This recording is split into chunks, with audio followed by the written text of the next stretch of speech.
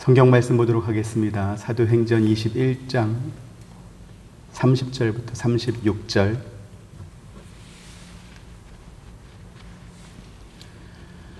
사도행전 21장 30절부터 36절 한 절씩 교독하겠습니다. 온 성이 소동하여 백성이 달려와 모여 바울을 잡아 성전 밖으로 끌고 나가니 문들이 곧 닫히더라.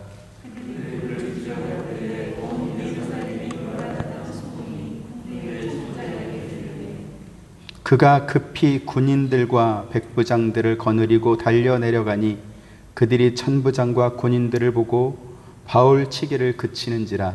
이에 천부장이 가까이 가서 바울을 잡아 두 쇠사슬로 그를 박으라 명하고 그가 누구이며 그가 무슨 일을 하느냐 물으니 무리 가운데서 어떤 이는 이런 말로 어떤 이는 저런 말로 소리치거늘 천부장이 소동으로 말미암아 진상을 알 수 없어 그를 영내로 데려가라 명하니라.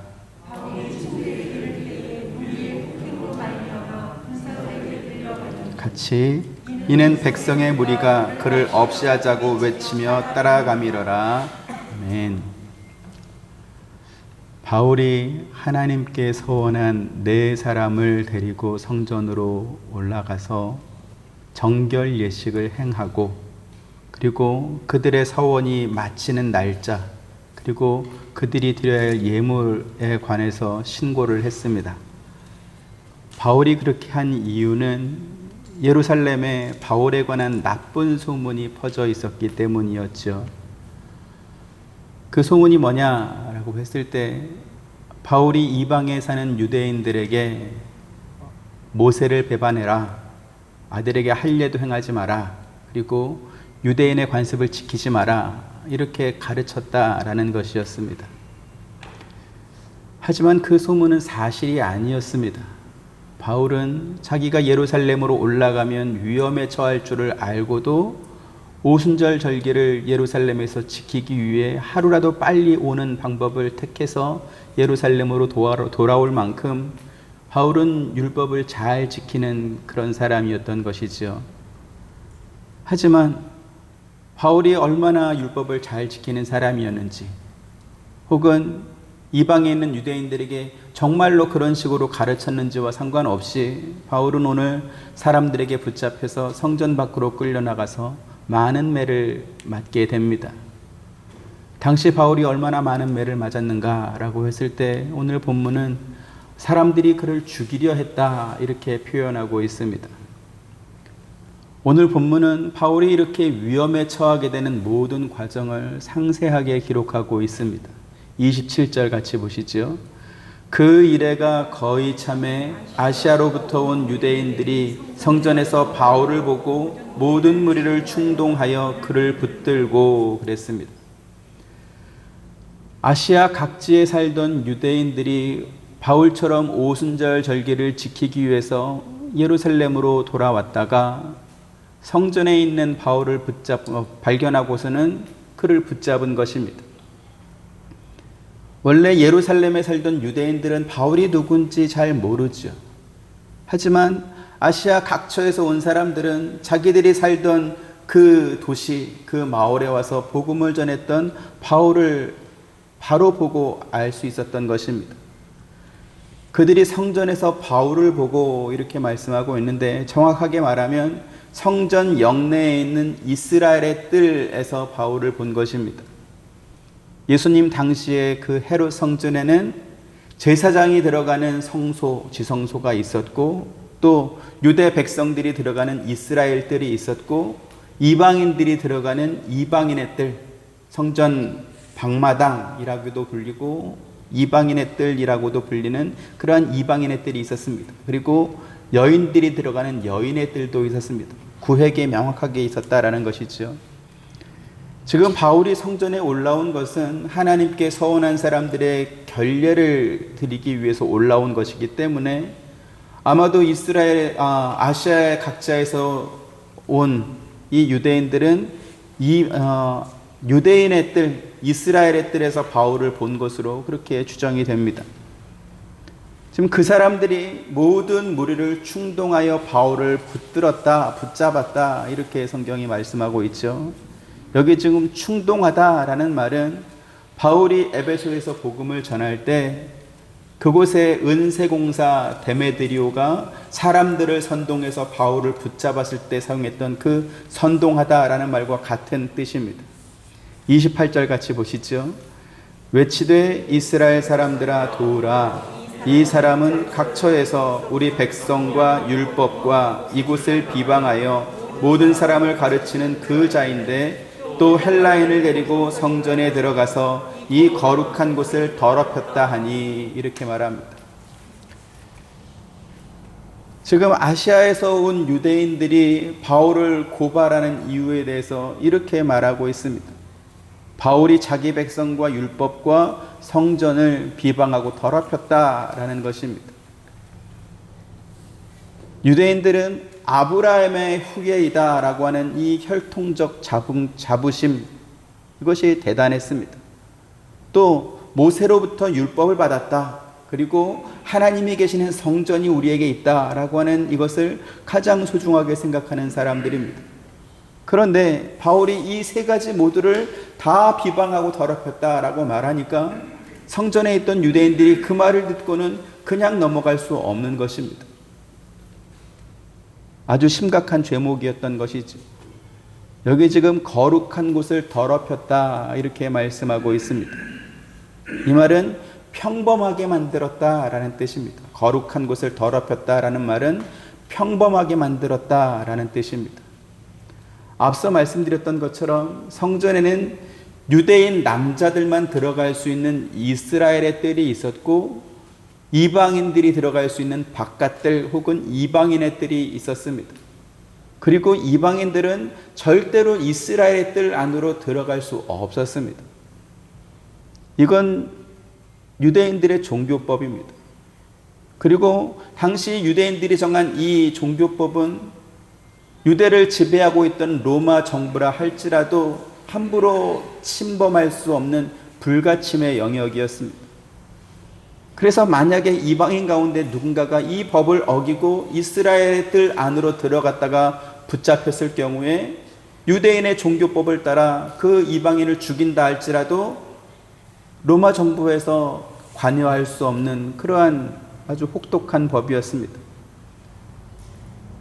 그래서 성경학자들에 의하면 이스라엘의 뜰을 표시하는 울타리에는 이와 같은 경고문이 붙어 있었다고 합니다. 울타리를 넘어서 침입해 들어가는 자는 사형에 처하게 된다라고 하는 그러한 경고문구가 그 이스라엘 뜰과 이방인의 뜰을 구분하는 그 뜰 울타리에 붙어 있었다라는 것이죠. 왜 그런가? 이스라엘 백성들이 생각하는 거룩은 구별됨입니다. 하나님께서 아브라함의 후손인 자기들을 이방인과 구별되게 선택해서 거룩한 존재 하나님의 백성으로 삼았다라는 것이죠. 그래서 예루살렘 성전에도 유대인들만 들어갈 수 있는 이스라엘의 뜰과 이방인도 들어갈 수 있는 허용이 된 이방인의 뜰이 이렇게 철저하게 구별되어 있었던 것입니다. 그런데 바울이 그 거룩한 백성들만 들어갈 수 있는 이방인의 뜰에 유대인의 뜰에 이방인을 데리고 들어왔다. 그래서 그 유대인의 뜰을 이스라엘의 뜰을 평범하게 만들었다. 곧 더럽혔다라고 말하니까 참을 수가 없는 것입니다. 유대 사회를 지배하고 있던 로마 정부마저도 함부로 하지 못하는 그 금지의 규율을 바울이 어겼다라고 하니까 성전에 있던 유대인들이 그 바울에게 분노를 표출하고 죽이고 싶을 만큼 화가 났던 것입니다. 자, 그러면 왜 아시아에서 온 유대인들은 성전에 있는 바울을 보면서 그와 같은 말을 했을까? 그와 같은 선동을 했을까? 하는 것입니다. 29절 말씀 같이 한번 보시죠. 그들은 전에 바울이 시내에서 에베소 사람 드로비모와 함께 있는 것을 보았기 때문에 그를 성전에 데리고 들어간 것으로 생각하였다 이랬습니다. 지금 바울을 고발한 아시아에서 온 유대인들이 에베소에서 온 사람들이었다라는 것을 우리가 알 수 있는 장면입니다. 앞서도 말씀드렸지만 바울이 에베소에서 복음을 전할 때 은세공사 데메드리오라고 하는 사람이 에베소 사람들을 선동해서 바울을 죽이려고 했던 대규모 시위가 있었습니다. 그래서 에베소에 살던 사람이라고 한다면 그 사건을 모를 수가 없었던 것이죠. 당시 에베소 사람들이 사람을 풀어서 바울을 붙잡으려고 했지만 바울을 찾지 못했습니다. 그렇다 보니까 그 사람들은 바울과 함께 다니던 사람들을 찾기 시작했고, 그래서 그 사람들을 바울 대신 붙잡아와서 신문했던 그러한 경험이 있습니다. 그렇다 보니까 바울과 늘 함께 다녔던 드로비모라는 사람 역시 이 에베소에서 온 유대인들은 알 수밖에 없는 그러한 사람이었던 것입니다. 그런데 그 에베소 소동의 주인공이었던 바울이 드로비모와 함께 예루살렘 시내를 이렇게 함께 다니는 것을 이 에베소에서 온 유대인들이 본 것입니다. 그런데 그 바울이 성전에도 있는 것을 또 본 것입니다. 여기서 우리가 주목해야 될 건 뭐냐면, 오늘 성경에 바울이 드로비모를 데리고 성전에 들어갔다가 아니라 그를 데리고 들어간 것으로 생각하였다, 이렇게 성경에 말씀하고 있는 것입니다. 바울이 성전에 온 것은 하나님께 서원한 사람들의 결례를 위해서 온 것인데, 그런데 에베소에서 온 유대인들은 바울이 성전에 있는 것을 보면서, 야, 저 바울은 에베소에서도 드로비모와 함께 있었고 예루살렘 시내도 늘 같이 다녔기 때문에 지금 바울이 저 이스라엘의 뜻 성전에 있는 거 보니까 분명히 어딘가에 드로비모도 있을 것이다, 그렇게 자기들끼리 생각했다라는 것이죠. 그래서 사람들을 충동하고 선동한 것입니다. 30절도 같이 보시죠. 시작.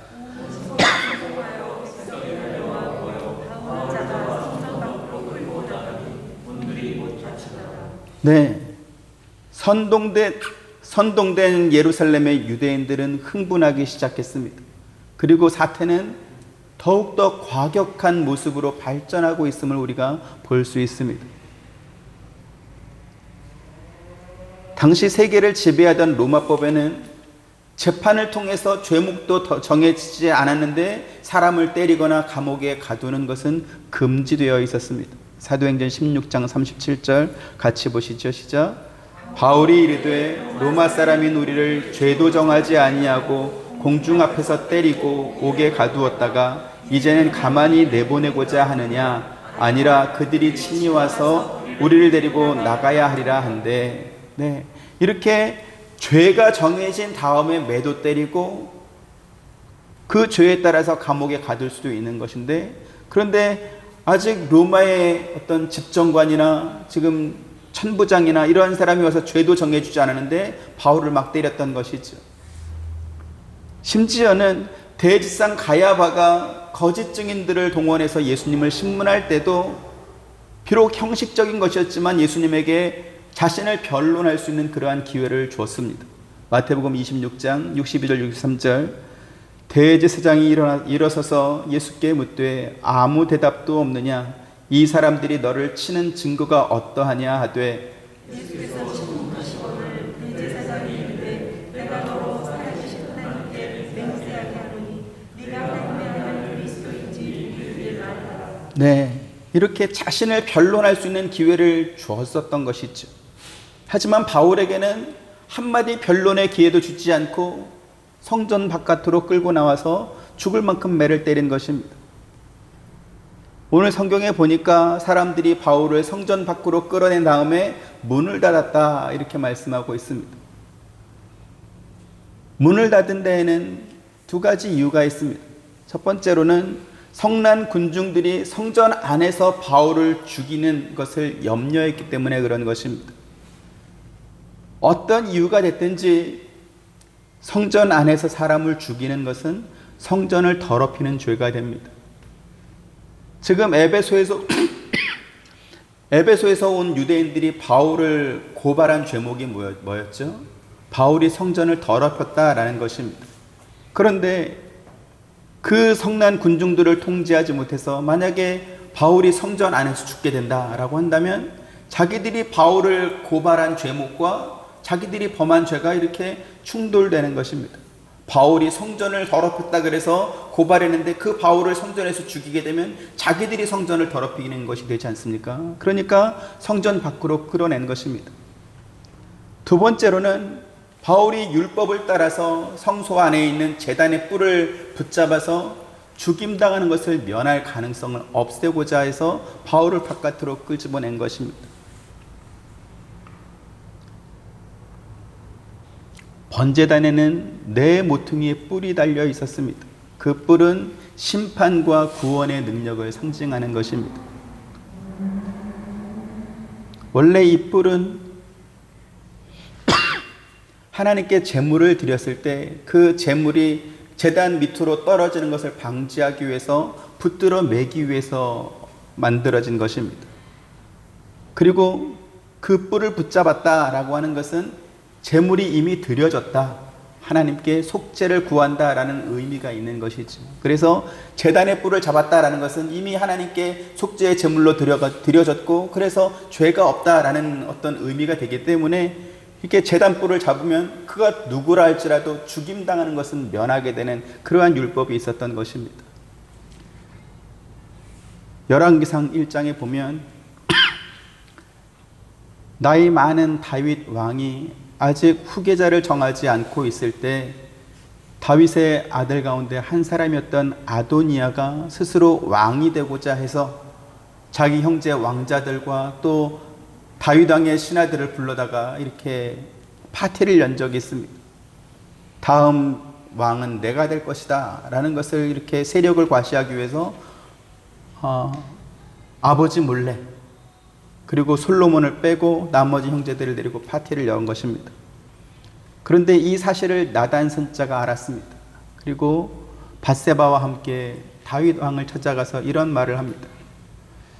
왕이 예전에 여호와 하나님께 맹세하면서 솔로몬을 다윗 왕의 후계자로 삼겠다 이렇게 하나님께 맹세하지 않았느냐, 서원하지 않았느냐. 그런데 지금 아도니아가 이렇게 많은 대신들과 형제들을 데려가서 스스로 왕이 되고자 하여 즉위식을 지금 하고 있다라는 그러한 말을 하는 것입니다. 그러자 다윗이 당시 대지상이었던 사독을 불러다가 빨리 솔로몬을 데리고 성전으로 가서 기름을 부어 왕으로 삼아라 이러한 명령을 내립니다. 그리고 그날 솔로몬은 다윗의 후계자로 인정받게 되는 것이죠. 사태가 이렇게 되자 스스로 왕이 되고자 하여서 이렇게 성대한 파티를 열던 아도니아는 목숨의 위협을 느꼈습니다. 정식 왕이 된 솔로몬이 자기를 미워해서 반역죄로 이렇게 죽일 수 있겠다라는 생각을 하게 된 이 아도니아가 성전으로 가서 제단뿔을 붙잡고 그리고 자기의 목숨을 솔로몬에게 구한 것입니다. 열왕기상 1장 51절 52절 같이 또 보시죠. 어떤 사람이 솔로몬에게 말하여 이르되 아도니아가 솔로몬 왕을 두려워하여 지금 제단 뿔을 잡고 말하기를 솔로몬 왕이 오늘 칼로 자기 종을 죽이지 않겠다고 내게 맹세하기를 원한다 하나이다.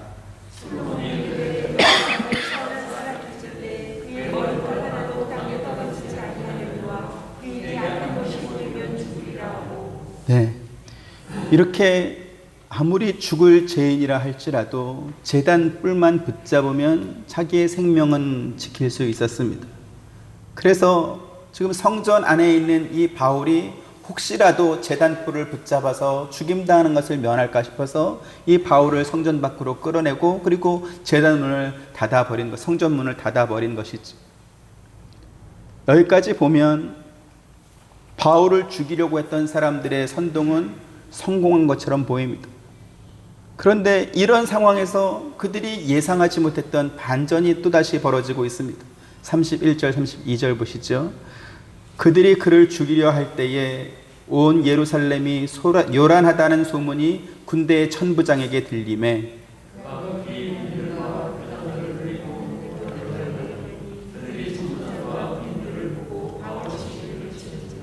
네, 바울이 이 성난 군중들의 험한 매질로 인해서 죽음의 문턱까지 이르렀을 때 로마 군대의 천부장이 군인들을 이끌고 와서 바울을 구해주고 있는 모습을 우리가 볼 수 있는 것입니다.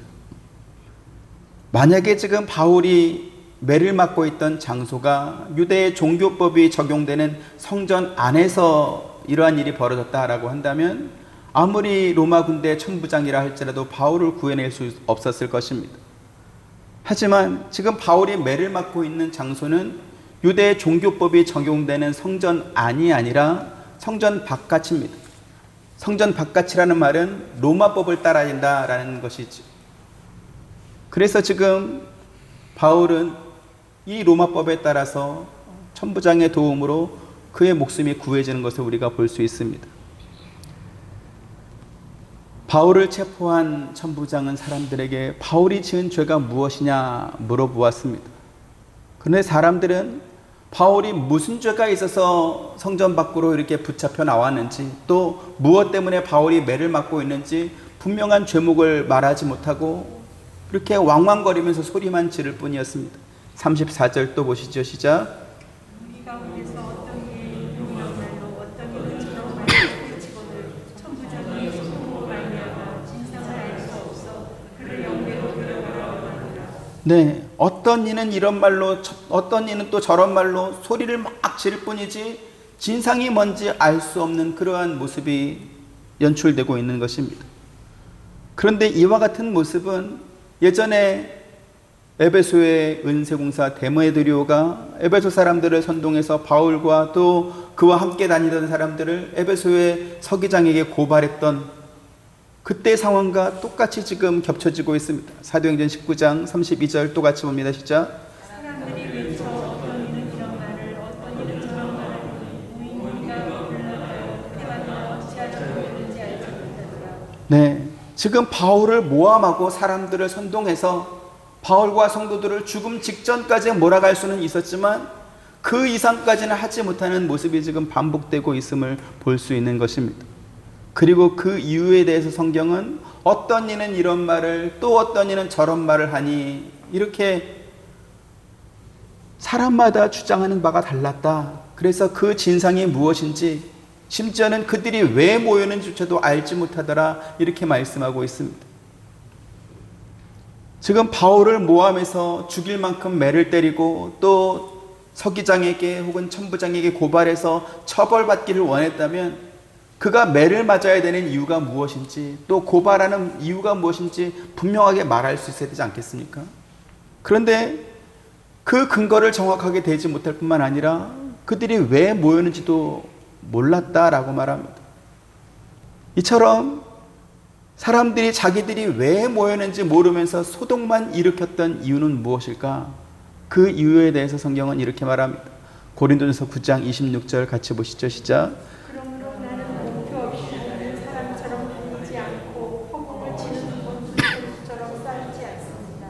네, 바울을 때리는 유대인들은 어디가 목표인지 싸우는 대상이 누구이며 그 이유가 무엇인지 알지도 못하면서 하여간 때로 모여서 와글와글 소리만 지르고 있는 것입니다. 왜 그렇습니까? 사람마다 세상을 사는 목표가 다르고 또 싸우는 대상도 다르기 때문에 그런 것입니다. 사람들은 자기가 좋아하는 것 그리고 자기가 중요하게 생각하는 것을 얻기 위해서 살아갑니다. 이것을 바꾸어 말하면 자기가 좋아하지 않거나 혹은 자기가 중요하지 않게 생각하는 일에 대해서는 상대적으로 너그럽고 관용적인 모습을 보이면서 산다라는 것이죠. 그래서 누군가에게는 너무나 중요한 일이 또 누군가에게는 별로 대수롭지 않은 그러한 일이 되기도 하는 것입니다. 오늘 본문의 유대인들이 천부장 앞에서 서로 목소리를 높이면서 소동을 부리고 있지만 정작 무엇이 더 중요한지 진상이 무엇인지 알 수 없었던 이유가 바로 여기에 있습니다. 진리를 모르는 구원받지 못한 사람들이 세상을 살아가는 모습이 바로 이와 같습니다. 사람마다 자기가 중요하게 생각하는 것을 주장하면서 그것이 이루어져야만 아름다운 세상, 모두가 행복한 세상이 만들어진다 이렇게 말합니다. 그런데 과연 그렇게 모두가 행복하고 모두가 좋아할 수 있는 그러한 아름다운 세상이 과연 있을까라는 것입니다. 있을까요? 어디에 가면 아름다운 세상, 어디에 가면 모두가 행복할 수 있는 그러한 세상이 있을까요? 하나님께서 가장 아름답게, 가장 완벽하게, 가장 좋게 만들어 주셨던 에덴 동산조차도 사람들은 만족하지 못했습니다. 그곳에서 행복하지 않았다라는 것입니다. 왜요? 그곳에는 하나님께서 먹지 말라라고 말씀하셨던 선악과가 있었기 때문입니다. 사람들은 본성적으로 금지를 싫어합니다. 더 구체적으로 말씀드리면 나에게 무언가를 하지 말라라고 명령하는 그 존재를 인정하고 싶지 않은 그러한 본능이 모든 사람에게 다 있습니다. 가정에서는 금지를 명령하는 부모님이 싫습니다. 학교에서는 금지를 명령하는 선생님이 싫습니다. 사회에서는 금지를 명령하는 각종 법과 규제가 싫은 것입니다. 세상에 불법과 탈법이 난무하는 이유가 무엇입니까? 사람마다 권력을 붙잡기 위해서 그렇게 모함과 술수를 하는 이유가 무엇입니까? 다른 사람들은 법 아래 산다 할지라도 자기는 법 위에 살아서 누구도 나에게 금지하는 것을 금지를 명하지 못하도록 하고 싶은 그러한 본능이 있는 것이지. 나에게 명령하는 누군가를 인정하고 싶지 않은 그 사람들의 죄된 본성은 천지를 지으시고 사람을 만드신 하나님마저도 인정하고 싶지 않으려고 하는 것입니다. 지금 예루살렘의 유대인들이 바울을 죽이려고 할 만큼 분노했던 이유가 무엇입니까? 물론 표면적으로는 바울이 이방에 사는 유대인들에게 모세를 배반하라고 했다, 아들에게 할례를 주지 말라고 했다, 유대인의 관습을 지키지 말라고 가르쳤다, 이와 같은 것입니다. 하지만 실제적으로는 그 이유가 뭐냐면 바울이 예수 그리스도를 믿어야만 구원받을 수 있다라고 말했기 때문에 그런 것입니다. 고린도서 1장 30절 31절 보시죠. 너희는 하나님으로부터 나서 그리스도 예수 안에 있고 예수는 하나님으로부터 나와서 우리에게 지혜와 의로움과 거룩함과 구원함이 되셨으니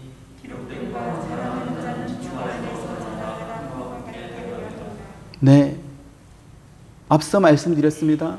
유대인의 자랑이 무엇이었습니까? 우리는 아브라함의 후손이다 라고 하는 혈통적인 자랑이었습니다. 또 자기들은 모세로부터 율법을 받았다, 우리는 성전이 있다 라고 하는 그들이 지금까지 지켜온 어떤 전통에 관한 자랑이었습니다. 하지만 바울이 가르치는 것은 무엇입니까? 그림자와 상징에 불과한 그 율법, 그 성전, 그것을 너희가 가졌다라고 자랑하지 말고 하나님께서 약속에 실제로 주신 그 주 예수 그리스도를 믿고 그를 자랑하라 라는 것이었습니다. 디모데후서 1장 9절 또 보시죠. 시작. 하나님이 우리를 구원하사 거룩하신 성령으로 부르심은 우리의 의대와 힘이 아니요 오직 자기의 뜻과 영원전부터 그리스도 예수 안에서 우리에게 주신 은혜대로 하시니라. 아멘. 하나님께서 우리를 부르고 구원하신 것은 우리의 행위를 보고 구원한 것이 아닙니다. 영원 전부터 그리스도 예수 안에서 우리에게 주신 은혜로 구원하신 것입니다. 그래서 바울이 하는 말이 무엇입니까? 무엇인지 자랑할 것이 있다면 주 예수를 자랑하라 라는 것이죠. 하지만 유대인들은 바울이 전하는 이 복음을 인정하려고 하지 않았습니다. 사도행전 7장 51절부터 54절 목이 곧고 마음과 귀에 할례를 받지 못한 사람들아 너희도 너희 조상과 같이 항상 성령을 거스르는도다. 너희 조상들의 선지자들 중에 누구를 회하지 않으려니와 의인이 오시리라니 구한 자들을 그들이 죽였고 이제 너희는 의인을 잡아준 자요 살리는 자가 되나니 너희는 천사가 전한 율법을 받고도 지키지 아니하였도다 하니라. 그들이 말을 듣고 마음에 들여 그를 떠나여 이를 따르거늘. 네, 우리가 이것을 똑바로 알아야 합니다. 누구보다 복음을 쉽게 이해하고 받아들일 수 있는 사람들이 바로 유대인들이었습니다. 그들은 아브라함의 혈통이었고 하나님께서 직접 기록해 주신 율법을 받았으며 하나님이 계신 성전에서 예배하던 사람들이었습니다. 그들은 모세와 선지자로부터 메시아가 세상에 오실 것을 직접 약속받은 사람들이었습니다. 400년이 넘도록 선지자를 볼 수 없었던 그들이 어느 날 선지자와 같은 사람이 호련히 나타나서 광야에서 사람들에게 세례를 베풀면서 그들에게 회개를 촉구하고 또 메시아가 세상에 오셨음을 그들에게 가르쳐 주었습니다. 또 있습니다. 동방에서 박사들이 헤롯 왕을 찾아와서 유대인의 왕으로 나신 이가 어딨냐 이렇게 물어봤을 때 서기관들이 유대인의 왕으로 나신 이가 베들레헴, 유대 땅 베들레헴에 났다라는 것을 헤롯에게 가르쳐 주었고, 헤롯은 그 시기를 전후로 해서 2살 미만의 남자애들을 다 죽였습니다. 지금 이 말은 뭐냐면 예수님과 비슷한 연령대의 남자들이 당시의 세상에 없었다라는 것입니다. 무엇보다도 예수님께서 행하시는 일과 그분이 전하는 말씀을 들어보면 하나님의 아들이 아니라면 도무지 할 수 없는 일과 도무지 말할 수 없는 것들을 예수님께서 전하셨다라는 것이죠. 요한복음 14장 11절 같이 봅니다. 시작. 내가 아버지 안에 거하고 아버지께서 내 안에 계심을 믿으라. 그렇지 못하겠거든 행하는 그 일로 말미암아 나를 믿으라. 예수님께서 말씀하지 않습니까? 내가 하는 그 일을 봐라. 아버지께서 하시지 않으면 이 일이 어떻게 가능하겠느냐. 그러니까 내가 하는 일을 보면서 아버지를 믿어라, 이러한 말씀을 하는 것이죠. 하지만 유대인들은 예수님께서 행하신 그 일을 보고도 예수님을 믿지 않았습니다. 왜 그렇습니까? 그들의 조상이 그랬던 것처럼 하나님을 믿지 않은 것입니다. 하나님을 인정하고 싶지 않았던 것입니다.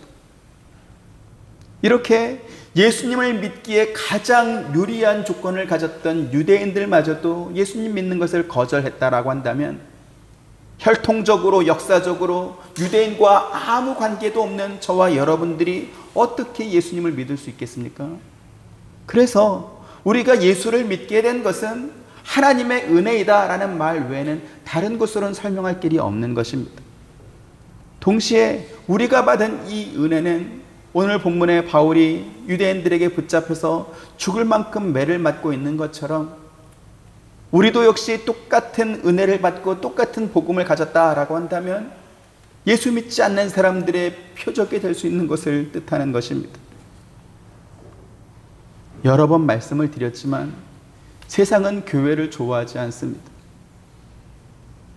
이것은 교회가 나쁜 일을 해서 교회를 좋아하지 않거나 혹은 교회가 사회에 해악을 끼치는 그러한 단체이기 때문에 사람들이 싫어하는 것이 아닙니다.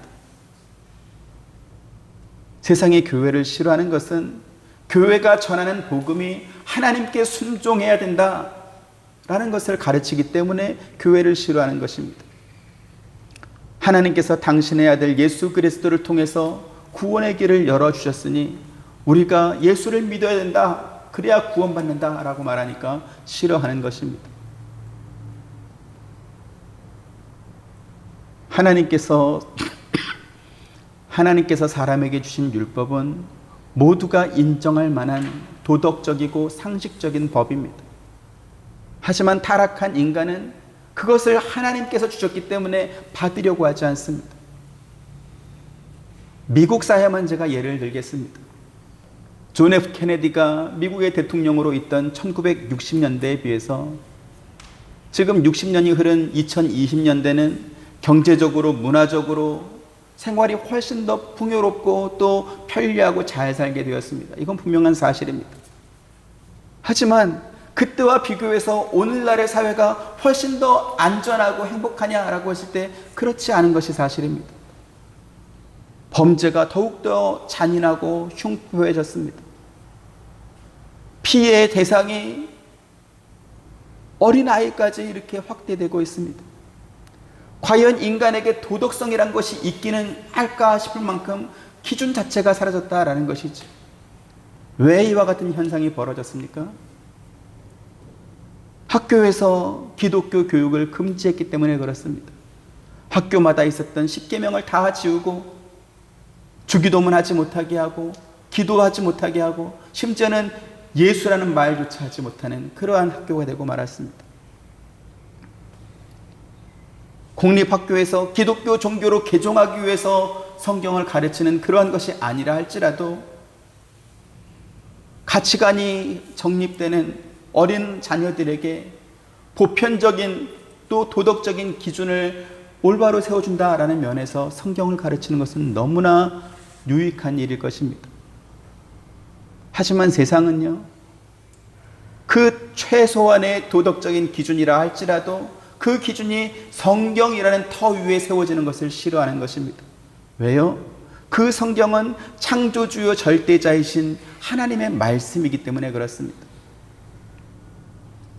아무런 기준 없이 살면서 사람마다 자기가 원하고 자기가 좋아하는 일을 하다가 수많은 범죄가 발생하고 사회적 불안과 혼란이 생긴다 할지라도 차라리 그게 더 낫다, 그게 자유다 이렇게 생각하는 것입니다.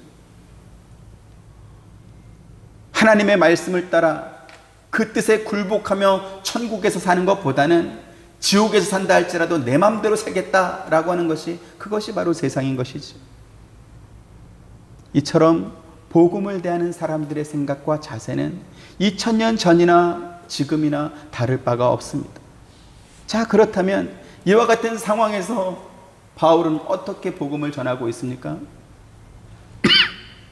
사도행전 22장부터 28장까지 보면 바울이 유대인 군중 앞에서, 또 사내들인 공회의 그 회원들 앞에서, 그리고 유대 총독이었던 벨릭스와 베스도 앞에서, 그리고 마지막에는 헤롯 아그리파 2세 왕 앞에서 복음을 전하는 모습이 나오고 있습니다. 앞으로 우리가 살펴보게 되겠지만 그 모든 상황이 바울에게 유리한 상황이 아닙니다. 그의 목숨을 잃을 수도 있는 그러한 위험한 상황입니다. 그런데 그 위험한 상황에서도 바울은 오직 하나님의 아들 예수 그리스도가 세상을 구원할 자이심을 선포하고 있습니다. 조금 전에 그 성난 유대 군중들이 바울에게 매를 때렸습니다. 죽을 만큼 매를 때렸습니다. 그 유대 군중 앞에서 바울이 복음을 전하고 있습니다. 거기서 해결되지 않자 산헤드린 공회에 끌려가서 그 유대의 종교법으로 자기를 죽일 수도 있는 그 공회인들 앞에서 또 복음을 전합니다. 바울에게 무죄를 선언할 수 있는 그 총독들 앞에서 복음을 전하고, 또 헤롯 왕 앞에서 복음을 전하고 있습니다. 그런데 그때마다 바울은 그 사람들의 마음을 얻기 위해서 어떤 수단과 방법을 쓰지 않더라는 것입니다. 주 예수께서 자기에게 맡겨주신 복음을 전하는 것 외에 다른 인간적인 방법으로 사람들의 관심을 끌거나 혹은 어떤 수단을 통해서 그 위험한 상황을 모면해 보려는 그러한 시도를 하지 않는 것입니다. 그리고 오늘날 교회와 성도들이 배워야 될 신앙의 자세가 바로 이와 같은 것입니다. 누가복음 12장 4절 5절 보시죠. 내가 내 친구 너희에게 말하노니 몸을 죽이고 그 후에는 능히 더 하지 못하는 자들을 두려워하지 말라. 마땅히 두려워하는 자를 내가 너희에게 보이니 곧 죽이는 또한 지옥에 던져 너희 원수 있는 그를 두려워하라. 내가 참고 너희에게 이르노니 그를 두려워하라. 네, 교회와 성도들은 어떤 사람들입니까? 세상을 두려워하는 사람이 아니라 몸과 영혼을 지옥에 던져넣을 수 있는 권세 있는 하나님을 두려워하는 사람들, 그들이 바로 성도들이고 그들이 모인 곳이 바로 교회입니다. 그래서 교회와 성도들은 세상이 요구하는 것을 듣고 따라주는 것이 아니라 하나님의 말씀을 듣고 순종하는 사람들인 것입니다. 2000년 전에도 오늘날도 세상은 교회를 향해서 너희 기준을 바꿔라 이렇게 요구하고 있습니다. 예수, 십자가, 구원, 회개 이런 거 말하지 말고 사람들이 받아들일 수 있는 것, 자기들이 좋아하고 또 자기들이 인정할 수 있는 그러한 것들을 가르치고 그런 것들을 말하라 이렇게 요구하고 있습니다. 그것이 바울 시대에는 무엇이었습니까? 복음이 아니라 유대인의 전통을 지키라 라는 것이었고, 오늘날은 뭘까요? 사랑, 이해, 공존, 화해, 평화, 나눔 뭐 이런 것들을 말하라는 것입니다. 그리고 기독교에서 그러한 것들을 주장하는 대표적인 사람들의 모임 단체가 있습니다. 바로 종교다원주의를 주장하는 사람들입니다. 종교다원주를 주장하는 그러한 교회들이 예수를 부정하는 것은 아닙니다. 그들도 예수를 믿어야 구원받는다라고 말하고 있습니다. 하지만 회개를 촉구하고 고난이 올지라도 하나님 말씀에 순종하며 천국을 소망하며 살라라는 그러한 설교는 별로 하지 않습니다. 대신에 그 기준을 조금 바꾸는 것이죠. 세상으로 조금 옮겨주는 것입니다. 그래서 하나님은 당신을 사랑하십니다. 얼마나 당신을 사랑하시는지, 당신이 원하는 것을 하나님께 믿고 열심히 기도하면 하나님께서 다 들어주셔서 세상에서 잘 됩니다 라는 그러한 설교로 바꾸어 주는 것입니다. 좋습니다. 우리의 기도가 응답되고 세상에서 우리가 잘 되는 것, 우리에게 필요하고 또 우리에게 유익한 것 맞습니다. 하지만 우리가 마땅히 지켜야 될 기준이 옮겨지는 것, 이것은 안 되는 것입니다.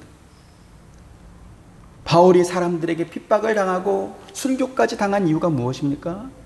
주 예수께 받은 사명, 이 사명을 세상의 요구에 따라서 타협하고 이렇게 바꾸지 않았기 때문에 바울이 그렇게 핍박을 받고 또 순교했던 것이죠. 그렇다면 오늘 저와 여러분의 기준은 무엇이어야 되겠습니까? 오직 하나님의 말씀이어야 되는 것입니다. 우리가 은혜와 선물로 받은 복음이어야 되는 것이죠. 세상은 절대로 우리의 기준이 될 수 없습니다. 왜요? 사람마다 다 그 기준이 다르기 때문에 그렇습니다. 기준 없이 살다가 자기들이 범한 그 죄의 형벌을 따라 끝날 사람들처럼 우리가 그렇게 살면 안 될 것입니다. 오늘 저와 여러분, 우리 하와이 서부 장로교회는 복음의 진리 위에 하나님의 말씀이라는 분명한 그 기준 위에 우리의 믿음이 세워지고 또 우리의 교회가 세워지기를 주님의 이름으로 축원드립니다. 기도하겠습니다. 은혜로우신 아버지 하나님, 감사합니다. 바울이 성난 유대 군중들에게 붙잡혀서 성전 밖으로 끌려나와 죽을 만큼 매를 맞고 있습니다. 하지만 그 사람들이 무엇 때문에 바울을 때리는지, 무엇 때문에 바울에게 화가 있는지는 제대로 설명하지 못하는 모습을 우리가 봅니다. 세상이 그렇습니다. 다 자기가 기준이고 자기가 법이어서 자기 마음대로 자기 뜻대로 사는 곳이 세상입니다. 그리고 그 세상은 오늘 우리들에게도 너희도 우리처럼 살아라, 세상처럼 살라고 요구하고 있습니다. 하나님의 말씀, 주 예수 그리스도를 통하여 우리에게 은혜와 선물로 주신 복음을 따라 사는 것을 그들은 막으려고 할 것입니다. 그리고 그것 때문에 오늘 바울이 매를 맞고 있고 죽음의 문턱까지 도달하고 있습니다. 우리도 그와 같이 될 수 있는 것을 성경을 통해서 또 보여주십니다. 우리의 기준은 오직 하나님의 말씀뿐입니다. 우리에게 은혜와 선물로 주신 이 복음의 기준 외에 다른 것이 우리의 목표가 될 수 없음을 다시 한번 확인합니다. 우리가 이 기준을 따라 어떠한 상황이 온다 할지라도 주의 복음을 따라 사는 우리 모두가 되도록 인도하여 주옵소서. 예수님의 이름으로 기도합니다. 아멘. 지금은 우리 주 예수 그리스도의 은혜와 하나님의 크신 사랑과 보혜사 성령님의 감화감동 교통하심이 주의 말씀을 따라 살기 원하는 사랑하는 모든 성도님들의 머리 위에와 가정과 생업과 하시는 모든 일들 가운데 지금부터 영원토록 함께 있기를 축원하옵나이다. 아멘.